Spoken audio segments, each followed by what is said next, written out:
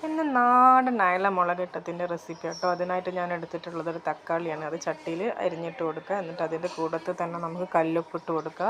അങ്ങനെ ആകുമ്പോൾ എന്താ പറയുക, തക്കാളിയും കല്ലുപ്പും കൂട്ടി വെച്ച് ഞെരടുമ്പോൾ പെട്ടെന്ന് തക്കാളി കുടഞ്ഞ് കിട്ടും. പിന്നെ അതിലേക്ക് 2 പച്ചമുളകും അതുപോലെ തന്നെ കുറച്ച് കറിവേപ്പിൻ്റെ ഇല ഇട്ട് കൊടുക്കുക. എന്നിട്ട് അതിലോട്ട് കുറച്ച് ഉലുവ ചേർത്ത് കൊടുക്കുക. എന്നിട്ട് നമ്മൾ മസാലപ്പൊടികളൊക്കെ ഇട്ട് കൊടുക്കുക. ആവശ്യത്തിനുള്ള എരിവിനനുസരിച്ച് മുളക് പൊടി, മഞ്ഞൾപ്പൊടി, കുറച്ച് മല്ലിപ്പൊടി എല്ലാം ഇട്ട് കൊടുത്തിട്ട് പുളിവെള്ളം ഒഴിച്ച് കൊടുക്കുക. നന്നായിട്ട് ഞെരടി പുളിവെള്ളം ഒഴിച്ച് കൊടുക്കുക.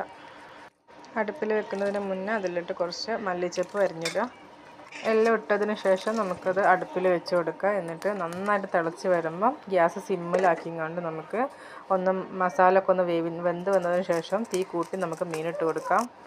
മീനൊക്കെ നന്നായി വെന്ത് കഴിഞ്ഞാൽ വെളിച്ചെണ്ണയിൽ ചുവന്നുള്ളി നന്നായിട്ട് മൂപ്പിച്ച് അതിലോട്ട് ഒഴിച്ച് കൊടുക്കുക. അപ്പോൾ ഇത്രയുള്ള വീഡിയോ ഇഷ്ടപ്പെട്ടാൽ ലൈക്ക് ചെയ്യുക, ഷെയർ ചെയ്യുക, സബ്സ്ക്രൈബ് ചെയ്യുക. അടുത്തൊരു വീഡിയോ എല്ലാവർക്കും ബൈ.